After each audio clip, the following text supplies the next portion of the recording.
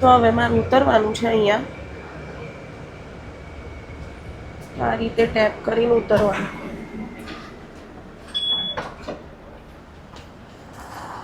તો મિત્રો જો ઉતરી ગઈ છું હું બસમાંથી. આ રીતે સ્ટેન્ડ ઉપર અહીંયા.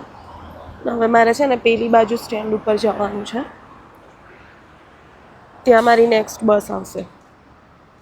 હવે મિત્રો મતલબ અહીંયાથી હજુ મારે 1 કલાક લાગશે, કેમ કે હજુ બીજી બસમાં શું કહેવાય મારે પહોંચવાનું છે. તો જો આ બીજી બસ આવી રેડી છે. 5-5 મિનિટે બસ આવે. અને હવે અહીંયાથી મારે હજુ જવાનું છે, તો એ બસ હવે અહીંયાથી થોડી ડિલેડ બતાવે છે આ સ્ટેન્ડ ઉપર. હું તમને બતાવું કે અહીંના બસ સ્ટેન્ડ બી કેવા હોય છે, કેમ કે આ બસ સીધી મને બસ સ્ટેન્ડ ઉતારશે. તો વિડીયોમાં બન્યા રહો. અને મિત્રો મેઇન વાત કે અહીંયા હવે મારે આગળ બસ સ્ટેન્ડે ઉતરવાનું છે.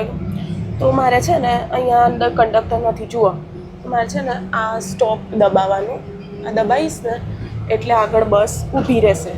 બસ અહીંયા એવી કોઈ સિસ્ટમ હોતી નથી કંડક્ટરની, પણ આ રીતે અહીંયામાં સ્ટોપનું દબાઈ, બધે સ્ટોપવાળા છે મૂકેલા.